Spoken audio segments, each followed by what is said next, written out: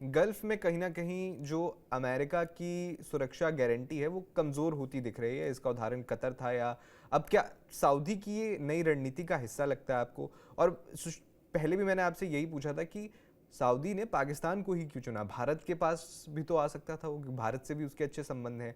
तो ये उस मीटिंग की वजह से हुआ जो दोहा में हुई, या कोई और इसके पीछे आप कारण देखते हैं?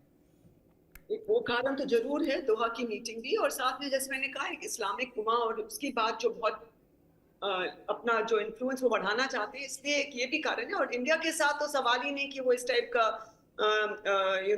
है अग्रीमेंट, डिफेंस एग्रीमेंट है, बट इस टाइप का इतना क्लोज वो इंडिया के साथ नहीं करेंगे, क्योंकि एक वो जो न्यूक्लियर जो बार बार हम पाकिस्तान बार बार बोलता है मैं न्यूक्लियर आर्म हूँ। आपने देखा, आपने जैसे भी कहा, उनके जो फील्ड मार्शल हैं, आर्मी चीफ, उन्होंने जाके अमेरिकन सॉइल पे ये भी कहा। तो सबको वो बता रहे हैं कि हमारे पास न्यूक्लियर कैपेबिलिटी है और हम कभी भी इसको यूज कर सकते हैं, हम उससे कतराएंगे नहीं। तो आई थिंक इस वजह से, और जो सऊदी अरेबिया है वो भी चाहता है कि अगर कोई ऐसा आया मौका उनको, जो और स्पेशली इसराइल को लेके या किसी और भी देश के साथ उनको अगर लगता है, तो उनको लगता है इस्लामिक बॉम्ब एक यही है, न्यूक्लियर बॉम्ब तो यही है, और किसी के कंट्री के पास इस्लामिक नहीं बॉम्ब नहीं है, मतलब बॉम्ब नहीं इस्लामिक कंट्रीज में। तो जी। इसलिए मुझे लग रहा है वो उसको उस नजरिए से इसको देख रहे हैं। और भारत के साथ जो अग्रीमेंट है वो अलग किस्म का है, डिफेंस कोऑपरेशन कोलैबोरेशन का अग्रीमेंट है। और ये जैसे उन्हें आपने बताया भी, और ये थोड़ा पहले भी था उनका कि कंसिडर इट इज, ये था, बट इट वाज मतलब डायरेक्टेड था सऊदी की तरफ। जी। सऊदी पे कोई अटैक होगा तो पाकिस्तान वहां जरूर पहुंचेगा उनकी हेल्प करने के लिए, या उनको हम्म। कोई भी वहाँ पे इंटरेस्ट थ्रेटन होते हैं। तो एक ये दोनों मुझे लग रहा है, जो एक समिट हुआ है कतर अभी जो रिसेंट दोहा में, और साथ में एक जो इस्लामिक उम्मा की बात ये बहुत कर रहे हैं सब और इजराइल की देश, धमकी भी एक फैक्टर हो सकता है क्या? फैक्टर एक इसराइल की धमकी भी है कि इसराइल वहां पे, और सभी आपको पता है सारे अरबिक वर्ल्ड है वो इसराइल के वेरी एग्जिस्टेंस के अगेंस्ट है।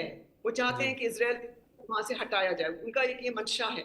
और लेकिन क्योंकि अमेरिकन वहां पे, अमेरिका उनको सपोर्ट करता है और अमेरिकन जो इन्फ्लुएंस है और जो वहां पे इंटरेस्ट है काफी स्ट्रांग है, तो अभी तक उनको उन्होंने नीचे बिहाइंड थोड़ा उसको दबा के रखा है, लेकिन आगे जी। चल के we don't know how things are going to pan.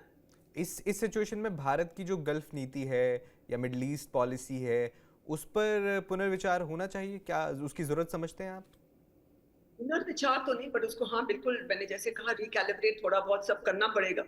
अब देखते हुए कि ये नया सिचुएशन है, और वो होता है हर एक foreign policy depending on the क्या सिचुएशन है, क्या वहाँ पे डेवलपमेंट्स हैं, उसको रिकैलिब्रेट हमें करना ही पड़ता है। कोई स्टैंडर्ड वो एक नॉन परपेचुइटी वाली कोई पॉलिसी हो नहीं सकती है, जी। क्योंकि बदलता जा रहा है माहौल, उसके हिसाब से ही हमें रिकैलिब्रेट अपनी पॉलिसीज करनी पड़ेंगी गल्फ में भी, हर एक कंट्री के साथ, including with Saudi Arabia end of course US के साथ, और हर एक के साथ, चीन के जी। साथ, रूस, हर कंट्री के